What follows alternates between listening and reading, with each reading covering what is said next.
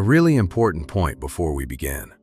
Although Nefertiti is probably one of the most famous women in ancient history, we don't actually have much direct evidence about her, okay? We don't have any personal letters that we can say for sure were written by her. We haven't yet found a tomb that we can say for sure was hers, and we still don't know where her mummy is. For this reason, if we're going to talk seriously about Nefertiti, we need to separate out 4 different levels of evidence. First, the things that are certain. Information that comes directly from inscriptions, artifacts, statues, reliefs, or archaeological discoveries. Second, the things that are highly probable. Third, academic hypotheses, theories that have been put forward by respected scholars but haven't been accepted by everyone. Well, our author has researched them. And finally, rumors or outdated claims, ideas that either lack sufficient evidence or have been undermined by more recent discoveries. And here's the fun part. Ready for this, friends? Your subscription makes us happy. Okay, so who exactly was Nefertiti? Nefertiti was the great royal wife of Akhenaten, the pharaoh of the 18th dynasty of Egypt in the 14th century BC. She appears during one of the most dramatic periods in Egyptian history, when Amenhotep IV changed his name to Akhenaten, made Athens the center of the state's official religion, and built a whole new capital called Akhenaten, in what is now known as Tel Amarna. But Nefertiti wasn't just a queen standing quietly by the king's side. In formal art, religious ceremonies, and royal ideology. Now here's something interesting. We actually don't know exactly when she was born, where she was born, how old she was when she got married, or even who her parents really were. Any modern source that tells you she was born in a specific year or in a specific city is giving you a reconstruction, not something ancient Egyptian inscriptions actually tell us. Even the Neues Museum in Berlin, where her famous bust is displayed, openly says that the surviving written evidence about her family, marriage, political role, and death is extremely limited. But I want to give you some data that exists about Nefertiti. People tell each other. They've been talking about her for years. But I can tell you for sure that there is no evidence for any of it. Maybe they're real. Maybe they're not. For example, we can't say for sure that she was the daughter of a pharaoh or a foreign princess, but that's what they say. We can't say for sure that she was the daughter of Ai, but that's what they say. We can't say that she was married at 12 or 14, or we can't even say that she was the sister or cousin of Amenhotep, her own husband. But even that's what they say about her.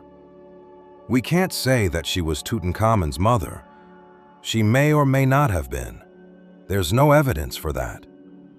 We can't say that she definitely died around the age of 30, but that's what they say.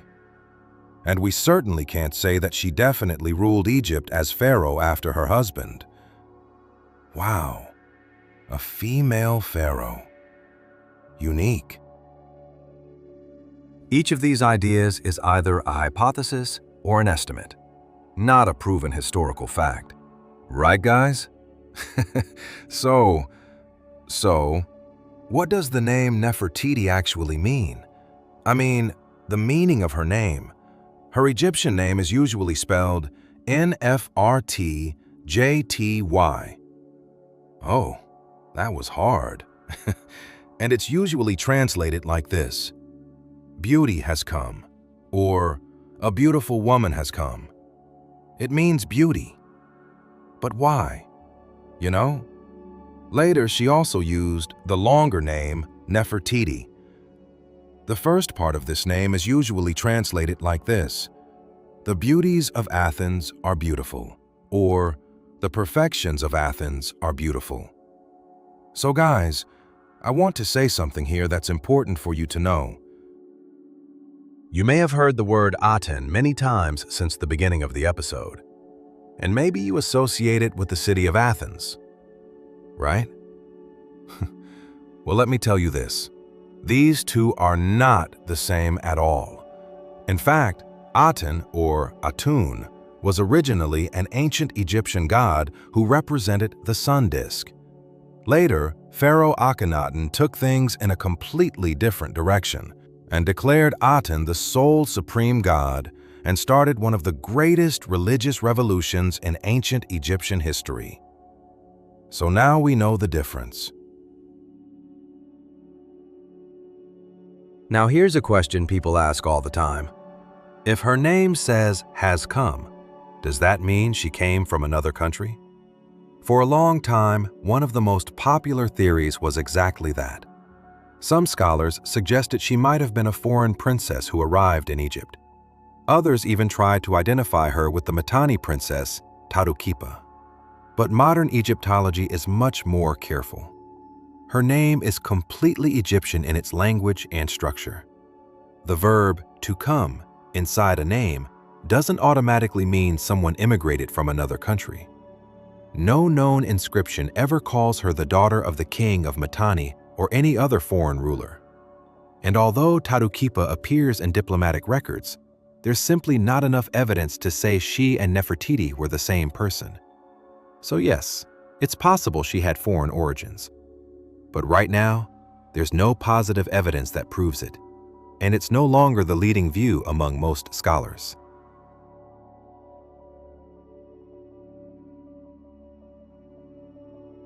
So, who were Nefertiti's parents? The honest answer is, we simply don't know. No surviving inscription clearly identifies her father or mother. The most popular theory is that the powerful court official who later became pharaoh, was her father. But here's the important part. Never calls himself father of the queen or father of Nefertiti in any known inscription. I's wife, Te, held the title of Nefertiti's nurse. That definitely tells us they had a close relationship, but it doesn't prove that was her father or that Te was her mother, or even her stepmother. It's possible Nefertiti grew up in I's household, but that's still a reasonable hypothesis, not a proven fact. Some scholars have also suggested that Nefertiti may have come from the region of Akhmim, since both I's family and Queen T had connections there. But again, that's considered a plausible reconstruction, not something directly recorded in ancient Egyptian sources. So when did Nefertiti marry Amenhotep? The truth is, we don't know. There's no surviving record that gives us the exact date of their marriage. Nefertiti first appears during the early years of Amenhotep IV's reign, and by around year 4, she's already clearly shown as the king's chief queen and religious partner in official art. It's possible they married before he became king.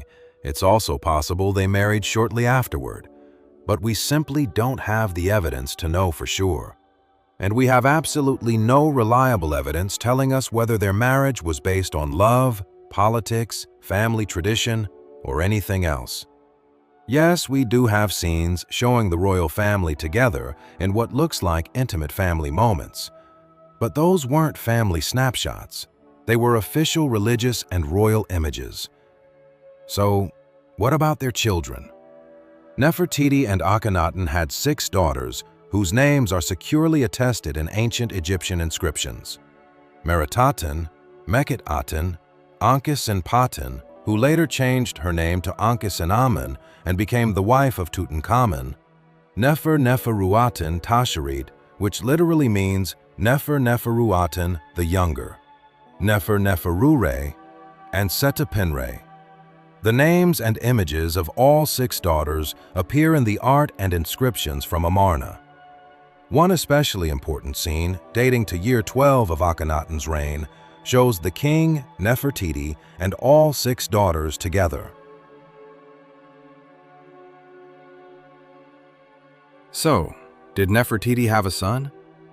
As far as the evidence goes, we don't know of any son who can be confidently identified as Nefertiti's child. Now, what about Tutankhamun? He was probably Akhenaten's son.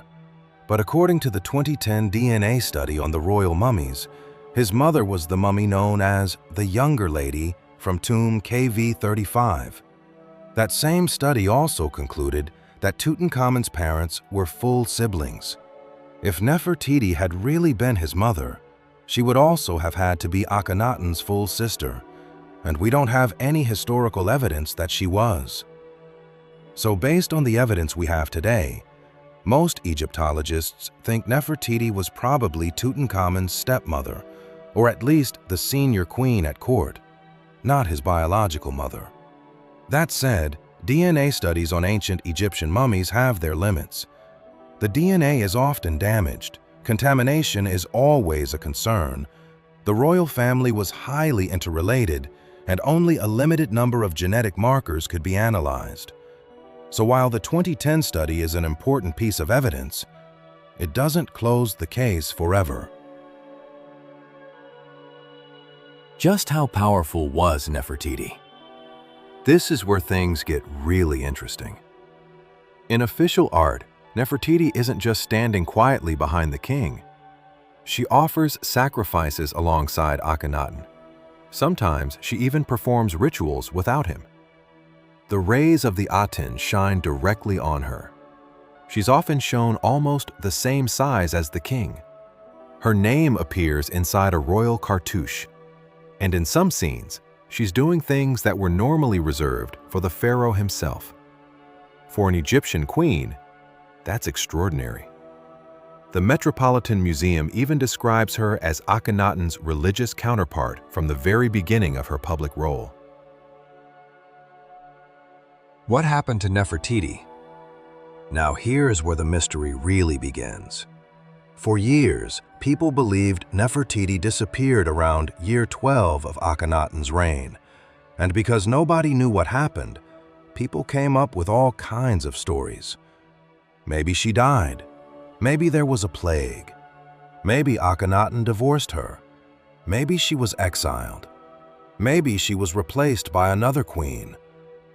Or maybe she became pharaoh herself. But then in 2012, everything changed. A small inscription found near Amarna was identified as dating to year 16 of Akhenaten's reign. And guess what? It still calls Nefertiti the Great Royal Wife. That one inscription completely changed the timeline. It tells us she was still alive, and she still held her position much later than people had thought. So all those old theories about her disappearing in year 12, they suddenly became much harder to defend. Did Nefertiti become pharaoh? This is probably the biggest debate about her. After Akhenaten, the historical record gets really messy. We see names like Smenkhkare and another ruler called Neferuaten. Some Egyptologists think Nefertiti may have ruled under that royal name. And honestly, she's one of the strongest candidates. Why? Because Neferuaten was already part of her own name. She was still alive late in Akhenaten's reign. She already appeared in royal ceremonies almost like a king. So, it's definitely possible. But here's the important part. We can't say it's proven. The evidence is strong enough to make it a serious theory, but not strong enough to call it a fact. Where is Nefertiti buried? Short answer: nobody knows. Her tomb has never been identified. Her mummy has never been identified. We don't even know for sure where she was originally buried. Maybe she was buried at Amarna and later moved. Maybe she ended up in the Valley of the Kings. Maybe she's one of the unidentified royal mummies. Or maybe her tomb is still waiting to be discovered. Right now, nobody can say for sure. What about the famous hidden chamber behind Tutankhamun's tomb? Back in 2015, archaeologist Nicholas Reeves suggested something pretty exciting. He thought there might be hidden rooms behind Tutankhamun's burial chamber, and maybe they belonged to Nefertiti. It made headlines all over the world. But later radar scans didn't back up the idea. So today, No hidden chamber has been confirmed, no tomb has been found, and no mummy of Nefertiti has been discovered there. For now, it's still just an interesting hypothesis, not an established fact. So that's part 1 of Nefertiti's story. In the next episode, which should be out very soon, maybe even tomorrow, we're diving into the biggest rumors, mysteries, and unanswered questions surrounding Nefertiti. So make sure you subscribe. Welcome to Art.Timeline, where we bring you fascinating facts from the history of art and take you on an unforgettable journey through the world's greatest civilizations, artists, and masterpieces. Your subscription really makes us happy, and it helps us keep bringing these stories to life.